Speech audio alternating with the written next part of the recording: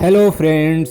दोस्तों, आज मैं अपने पारिजात के पौधे को इस घड़े से अलग करके और एक अलग तरीके से इसको फिर से लगाऊंगा। तो आज पूरा प्रोसेस आप इस वीडियो को बिना स्किप किए देख लें तो आपको पता चलेगा कि अगर आपके सामने भी इस तरह की कोई प्रॉब्लम आती है तो आप इसको कैसे टैकल करेंगे। यानी अगर किसी पौधे को अगर आप घड़े में लगा देते हैं तो शुरू में तो ठीक रहता है और फ्लावरिंग अच्छी तरह से हो रही थी इसमें।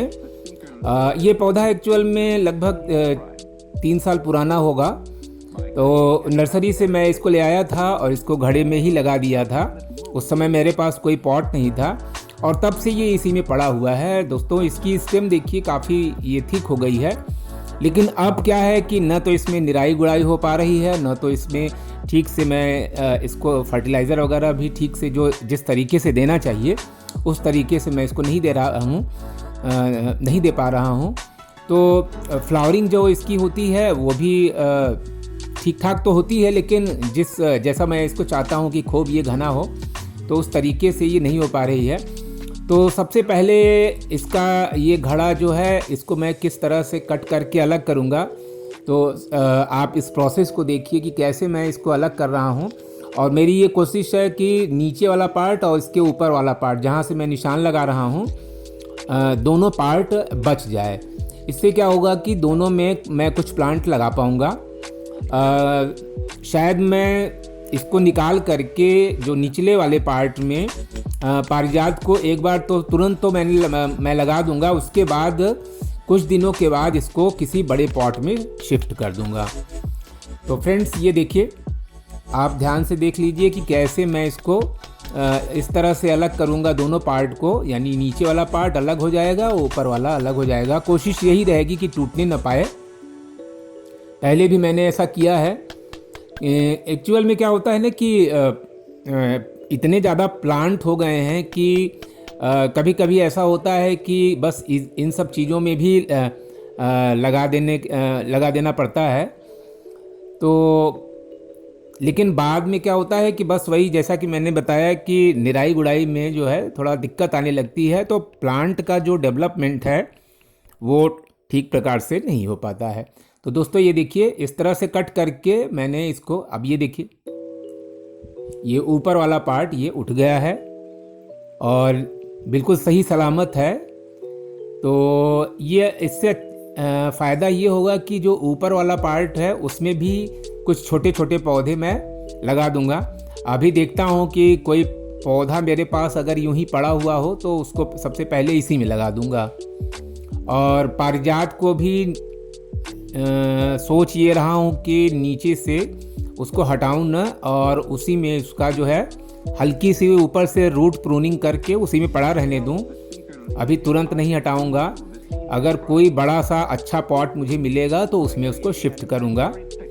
तो सबसे पहला काम यही कर रहा हूं कि अभी देखिए मार्च का महीना है, तो मार्च के महीने में रूट प्रूनिंग आप कर सकते हैं। और ये वाला जो पार्ट है, ये जो मेरे हाथ में आप देख रहे हैं, इसमें कोशिश है कि कोई प्लांट लगा दूं।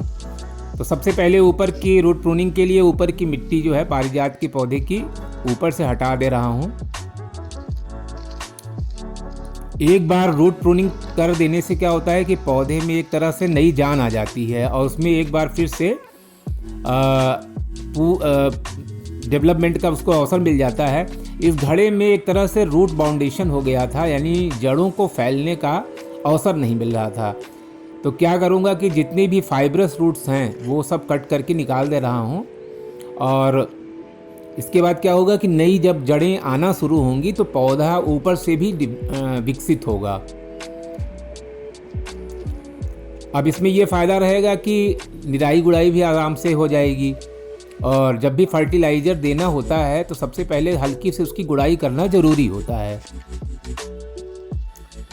दोस्तों, ये इसमें एक बार फिर से आपको बता दूं कि इसमें पारिजात का पौधा लगा है और पारिजात को 5 दिव्य पौधों में से एक माना जाता है।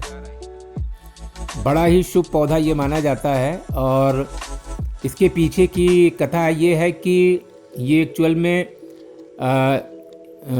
इंद्र देवता के जो उनका जो उपवन यानी बाग था, जिसको नंदन कानन कहते थे, तो उसमें ये लगा हुआ था। और कृष्ण जी की पत्नी जिनका नाम सत्यभामा था, तो उन्होंने इस पौधे की सुंदरता देख ली और उन्होंने श्री कृष्ण जी से कहा कि आप इसको धरती पर ले आइए। तो इसको धरती पर लाने के लिए कृष्ण भगवान को इंद्र जी से एक तरीके से युद्ध करना पड़ा इसको लाने के लिए। तो ये वहाँ से यानी स्वर्ग से इसको उठा करके धरती पर ले आए। ऐसी पौराणिक कथाएं हैं इसके पीछे, लेकिन हमारे सनातन धर्म में इसके पौधे को बहुत ही पवित्र माना जाता है। ज़मीन पर लगा देने पर ये काफ़ी बड़ा वृक्ष रूप ले लेता है और हमारे जो संस्कृत ग्रंथ हैं उनमें इसकी काफ़ी प्रशंसा की गई है। दोस्तों, पारिजात के औषधीय गुण तो बहुत ही मान्य हैं और हमारे आयुर्वेदिक ग्रंथों में इसके पत्ती, इसके जो छाल होती है और इसकी जो जड़ होती है उसके बहुत ही फ़ायदे बताए गए हैं। और ख़ास तौर से गठिया और साइटिका, इन दो रोगों के लिए इसकी पत्ती एक तरीके से रामबाण मानी जाती है। अगर आपके घर में पारिजात का पौधा है दोस्तों, तो और कोई इस तरह की प्रॉब्लम हो तो आप इस पत्ती का काढ़ा बना करके पीजिए। तो फ्रेंड्स, ये जो दूसरा पार्ट निकला है इसको भी मैं किस तरह से सेट कर रहा हूँ आप देखिए। एक छोटा सा प्लास्टिक का डिब्बा था, तो उसको ऊपर से तोड़ करके मैंने नीचे वाले इस जो पार्ट है उसमें निकला उसके होल पर रख करके और मिट्टी बिछा दे रहा हूँ। अब देखिए, इसमें कोई न कोई प्लांट मैं लगाऊंगा। पोर्टुलाका भी लगा सकता हूँ, लेकिन अभी सोच रहा हूँ कि एक गुड़हल का छोटा सा पौधा अलग करके मैंने रखा हुआ था, तो अभी उसके लिए जगह नहीं है, तो अभी फ़िलहाल उसको लगा दूंगा। दोस्तों, यही वाला पौधा है और आप इसकी स्टेम देखिए, एक तरह से ये बोनसाई गुड़हल की जैसा ही है। तो सबसे पहले इसकी भी रूट प्रूनिंग कर दे रहा हूँ। बहुत दिन हुए इसकी रूट प्रूनिंग किए हुए, यानी इसकी काफ़ी जड़ें मैं काट दे रहा हूँ। ये सारी की सारी फाइब्रस रूट्स हैं दोस्तों।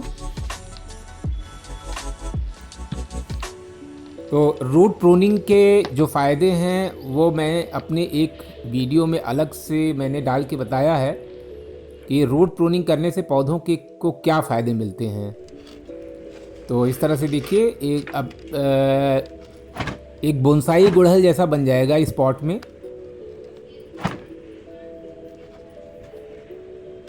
फ्रेंड्स, जब इसमें फ्लावरिंग आना शुरू होगी तो उसकी भी वीडियो मैं बना करके आपको दिखाऊंगा।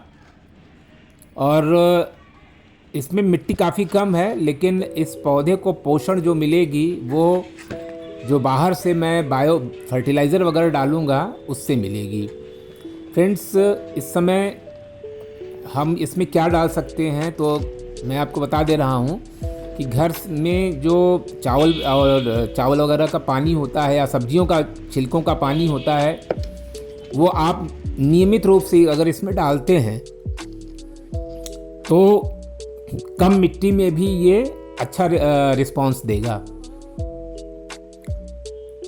तो वही चीज़ें मैं इसमें डालूँगा, यानी जो हमारे घर से जो सब्जियों की छिलकों इन सब चीज़ का पानी होता है और चावल वगैरह का पानी होता है, धुलने के बाद जो बच जाता है, इसको लोग ऐसे ही फेंक देते हैं।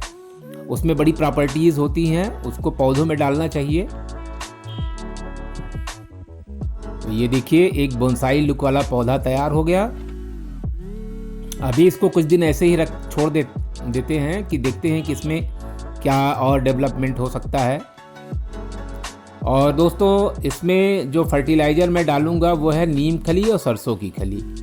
हर 15 दिन पर इन दोनों का मिक्सचर, इसका जो है लिक्विड फर्टिलाइज़र बना करके और मैं इसमें डालूंगा। तो आपने देखा कि इसका एक स्टैंड जैसा भी इसी में तैयार है, इसको रखना बड़ा आसान है। अब इसके बाद दोनों पौधों की वाटरिंग कर दे रहा हूँ। एक बार पूरा जो है पॉट पानी से अच्छी तरह से भर देना चाहिए। ये देखिए, दोनों पॉट को मैंने भर दिया है। तो दोस्तों, आज का ये काम रहा। वीडियो अच्छा लगा हो तो प्लीज़ लाइक करें और कमेंट करें। वीडियो देखने के लिए आपका बहुत बहुत धन्यवाद।